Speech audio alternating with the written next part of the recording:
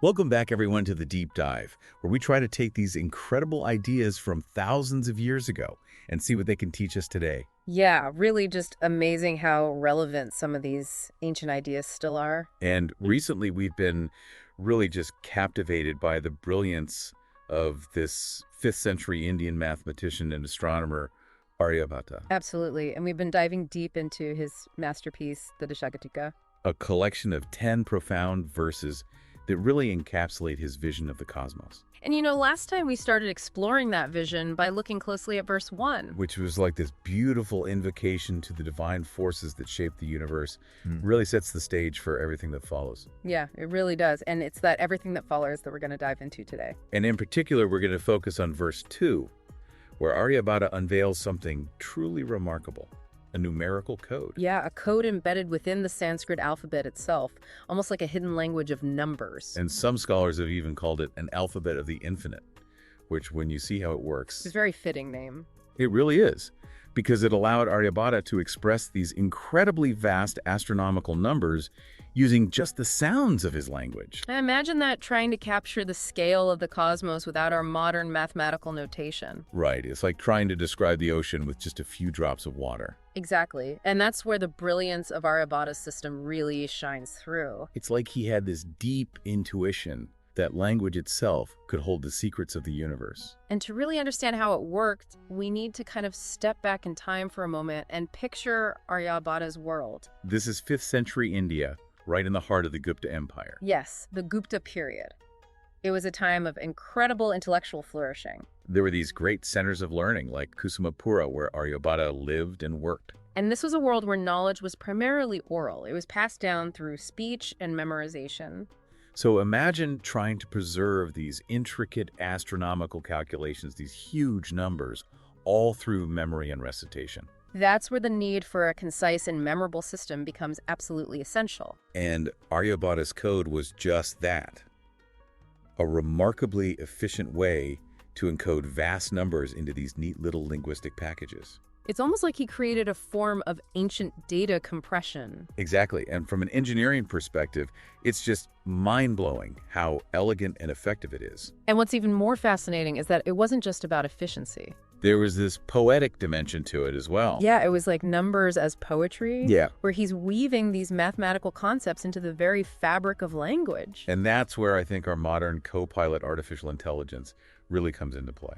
It allows us to analyze these ancient structures in ways that maybe weren't possible before, and to see the patterns and the underlying logic of this code. So let's actually get into the mechanics of this system. How did Aryabhata turn letters into numbers? Okay, so the foundation of the system lies in two main categories of Sanskrit consonants. We have the varga letters and the avarga letters. You got it. All right, so let's start with the varga letters. What makes them special? Well, the varga letters are these. They're organized into 5 groups, and each group begins with a specific consonant. Okay, so there's a pattern there already. Right, and within Aryabhata's system, specifically in the Daśagītikā, the consonants from ka to ma represent the numbers 1 through 25. So it's like he's taking a portion of the alphabet and turning it into a built-in counting sequence. Exactly. So ka is 1, ka is 2, ga is 3, and so on, all the way up to ma, which represents 25.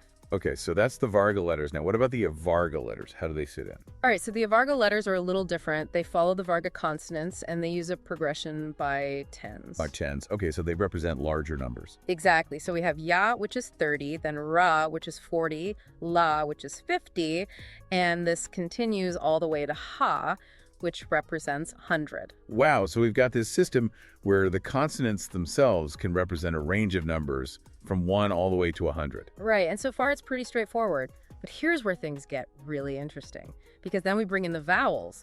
And that's where the real power of this code comes in, right? It is the vowels act as multipliers. They're like these volume knobs that can amplify the values of the consonants.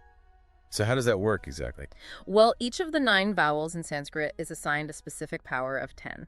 So, for example, the vowel A, which is kind of the default vowel in Sanskrit, represents 1. Okay, that makes sense. It's like the base level. But then we move on to I, which represents 100, then U, which is 10,000, and E, which jumps all the way up to 1,000,000. 1,000,000, wow. So just by changing the vowel, you can drastically increase the magnitude of the number. Exactly. And this continues for all the vowels, with O, the last one, representing 10 to the power of 16. Wow.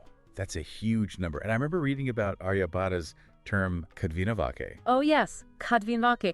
That's a fascinating term. It literally means 2 nines of zeros, which suggests that he was conceiving of numbers with up to 18 place values. 18 place values. That just gives you a sense of the incredible scale that his system could handle. It wasn't just for small everyday numbers.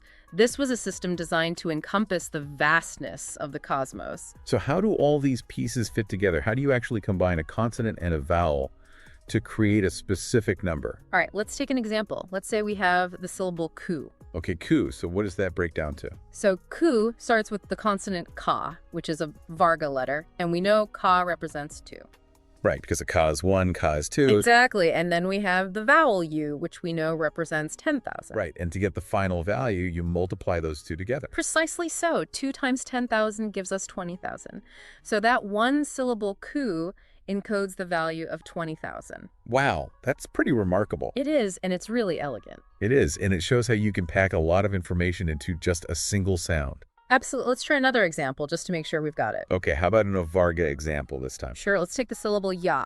Okay, yeah. So ya is an avarga consonant representing 30. And the vowel attached to it is just the inherent A. Right, because there's no other vowel explicitly written, it takes on the default A sound, which we know represents 1. So in this case, we would just multiply 30 by 1, which gives us 30. Exactly. So ya simply represents 30. Okay, I think I'm starting to get the hang of this. Yeah, it's a pretty ingenious system, especially when you compare it to something like Roman numerals. Oh my gosh, yeah, Roman numerals, trying to do any kind of complex calculation with those would be a nightmare. Right, exactly. It would be a nightmare, whereas Aryabhata's system is so much more streamlined and efficient. Yeah, and this really highlights how advanced Indian mathematics was at the time. Absolutely. Aryabhata was way ahead of his time in many ways. So now that we've kind of got a grasp of how the system works, let's see it in action with a real astronomical example. Okay, I like it.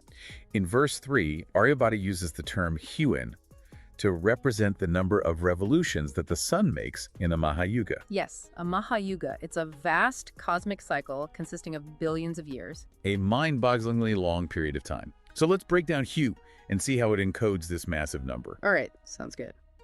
So first up, we have khyughṛ, which we've already discussed. Yeah, we figured out that khyughṛ represents 20,000. Right, 2 times 10,000. Then we have u, which we also broke down earlier. Right, u is 30 times 10,000, which gives us 300,000. Okay, so we've got 20,000 plus 300,000 so far. And then finally we have gu. Okay, gu. Let's decipher that one. All right, so gu starts with the consonant ga, which is the 4th consonant in its varga group. So ga would be 4. Right, and it's combined with the vowel, which we know represents a million. So we have 4 times a million. That's 4 million right there. Exactly, 4 million encoded in that single syllable. It's really mind-blowing when you think about it. It really is. So to get the total number of sun revolutions, we just add up those 3 values, right? Exactly. 20,000 plus 300,000 plus 4 million gives us a grand total of 4,320,000 revolutions of the sun in a Mahayuga. Just incredible how much information is packed into those 3 syllables. Yeah, and centuries later, the scholar Bhaskara, I actually referred to this number, this 4,320,000, as divine precision, which really speaks to the accuracy and the sophistication of Aryabhata's work. And it makes you wonder where he got these numbers from. Right. How did he arrive at these calculations? It's like he was tapping into some ancient wisdom, some deep understanding of the cosmos. Maybe. Yeah, maybe. And it's interesting to think about how this code was used in practice. Right. It wasn't just a theoretical system. Yeah. It was a way to actually transmit and preserve this knowledge. Exactly. And in an oral culture where memorization was key, a system like this would have been invaluable. It's like he took these vast cosmic numbers and turned them into something that could be chanted and remembered, almost like a song. Yeah, like a cosmic melody. And it wasn't just about the numbers themselves. It was about the rhythms, the sounds, the way a language itself became a vehicle for encoding this knowledge. Yeah, there's a real beauty to it. Yeah. But there's also this layer of complexity that we need to talk about. Right, because verse 2 actually hints at the possibility of a second system. Yeah, a second system that runs parallel to this multiplicative one we've been discussing. So what's the clue that there might be another system at play?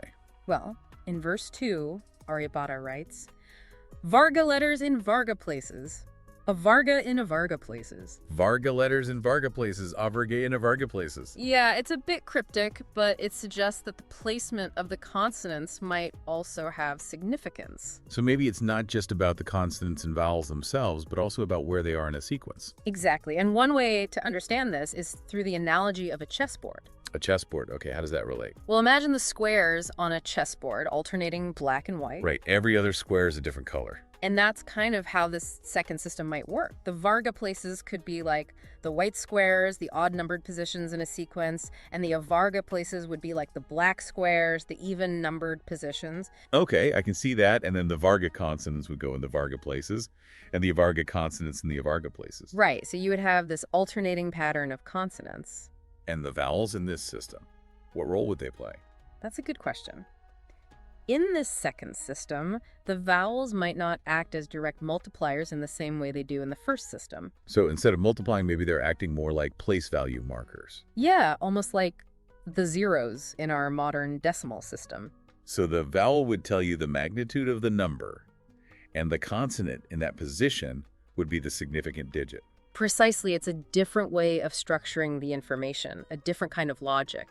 And why would Aryabhata have two different systems? That seems a little bit complicated, doesn't it? It does, but remember, he was dealing with a wide range of astronomical data. Right. Some numbers might be better suited to one system than the other. Exactly, and some scholars have suggested that the number of the moon's revolutions, for instance, might fit more naturally into this place value system. So he had these different tools in his toolkit, and he could choose the best one for the job. Yeah, a versatile system for encoding different kinds of information. And what's amazing is that AI analysis has actually helped to support these different interpretations. Yeah, the AI has been able to show that the first multiplicative system works perfectly for khyughṛ, which is the sun's revolutions. Right, but the AI has also hinted that this second place value system might be needed to decode other numbers in the Daśagītikā. Exactly, and that's what makes this so exciting. It's like we're still in the process of deciphering this ancient code. Yeah, it's a 1,500-year-old puzzle that we're still trying to piece together. So when we step back and think about the bigger picture, why does all of this matter? Why is this alphabet of the infinite so significant? Well, on one level, it's just an incredible feat of intellectual ingenuity. Right, to come up with a system like this in the 5th century is just mind-blowing. But it's also significant because it tells us so much about how knowledge was preserved and transmitted in the ancient world. Especially in an oral culture where memory was everything. Exactly. Aryabhata's code allowed these complex astronomical calculations to be embedded within language itself, making them easier to remember and pass down through generations. It's like turning data into poetry, making the cosmos sing. It really is. And you can almost imagine these scholars chanting these syllables, these numbers, these cosmic melodies. And it's no wonder that later scholars saw this system as divinely inspired. Right, because it reflects this deep reverence for the universe that we saw in verse 1, the idea that knowledge and the cosmos are interconnected. And for me personally, this deep dive has been fascinating. It's made me appreciate the power of language in a whole new way. Yeah, it shows how language can be so much more than just communication. It can be a tool for encoding complex ideas, for preserving knowledge, for connecting with the universe. And it makes me realize how much we still have to learn from these ancient systems of knowledge. Absolutely. There's so much wisdom waiting to be rediscovered. So Aryabhata's alphabet of the infinite is a brilliant example of ancient innovation, a testament to the power of human thought and creativity. Yeah, it really is. And it's a reminder that even in the 5th century, people were grappling with these profound questions about the universe and finding ingenious ways to express their understanding. And in our next deep dive, we're going to continue exploring the Daśagītikā and look at how Aryabhata encoded the movements of the moon and the earth. Yeah, I'm really looking forward to that one. Me too. And for our listeners out there, I encourage you to try playing around with Aryabhata's code yourselves. Take the syllable khyughṛ and see if you can break it down. Yeah, it's like a little puzzle. And once you unlock it, you can really start to appreciate the magic of this ancient system. So thanks for joining us on this deep dive. And be sure to subscribe to the deep dive for more explorations of ancient wisdom and modern insights. Until next time, this is Harsh Rain, signing off.